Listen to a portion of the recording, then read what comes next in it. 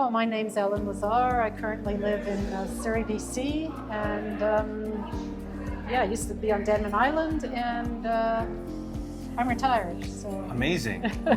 I think why I was asked to speak to you today was we heard that you used to live in Turkey quite a while ago. Can you tell us a bit more about that time when you lived in Turkey? I sure can. So my Turkey story had an interesting beginning because I was traveling to Greece with an old colleague of mine and 5 other women. And we had been in Greece for one of the islands. We met where she was living on the island of Samos. And we had been there for 2 weeks, and she said, I want to go back to Turkey. I want to go over to Kuşadası. And she said, it's a great place. We'll just go over there for 2 weeks. Long and short of it, I went over to Turkey for 2 weeks and I stayed for 2 years. It's a magical place, right? It just draws you in. I totally understand why. It is. So, So in those 2 years, how was your experience? What did you do during those 2 years? Well, my experience was lovely. I think from Kuşadası, we went up to Ürgüp, and I ended up living there for several months. And in that time, I met with a lot of Turkish women. At this point, I was learning Turkish, and my Turkish was getting good enough, and certainly with the help of the women, improved. And that's when I first came in contact with Oya. Right. And I started sitting with them and learning to do them. In Ürgüp, a lot of the Oya that they make are with beads, and they're crocheted with beads, which was a challenge to me because I didn't know how to crochet. But anyway, I persisted and I made notes for myself of how it was done in my own, English language. And I was really getting into it. And then I found out from them that the beads that are made are not consistent across the country, that in fact, the women of Ürgüp only know how to make those designs. And of course, their daughters learn to do them, and then their daughters, and it gets passed on. But if they went 30 miles east or west, they wouldn't know the Oya of the other villages.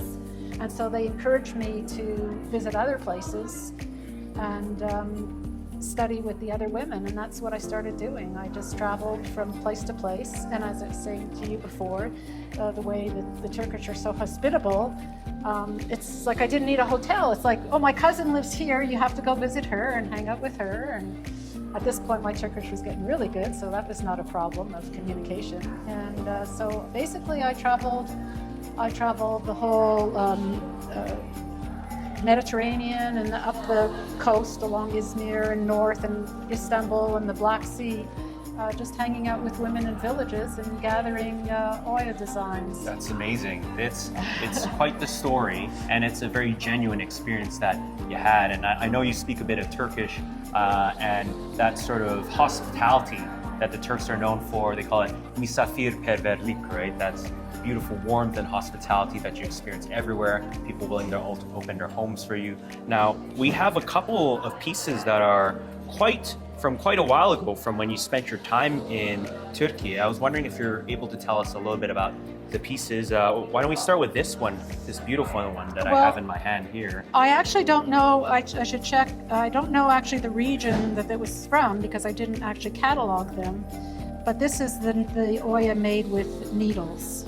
I didn't even try to learn this because I was 30 at the time, far too old to learn, and it's very, very fine work. I'm not even sure I had the patience for it. I think it was for a wedding.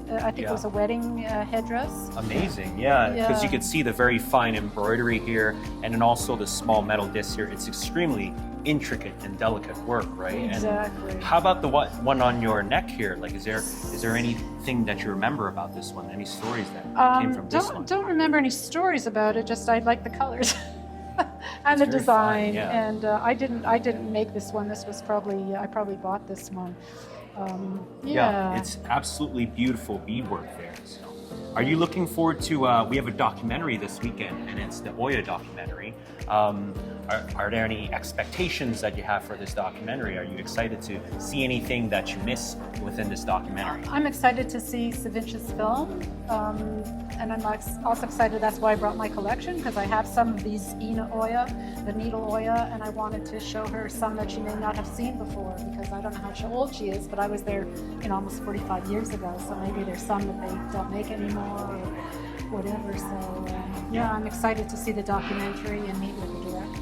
Excellent. Yeah, I hope you enjoy the documentary, and I hope you're able to see a few more films with the Vancouver Turkish Film Festival. But thank you so much for sharing your experiences. It's certainly wonderful to hear about. Thank you. Teşekkürler. Teşekkürler.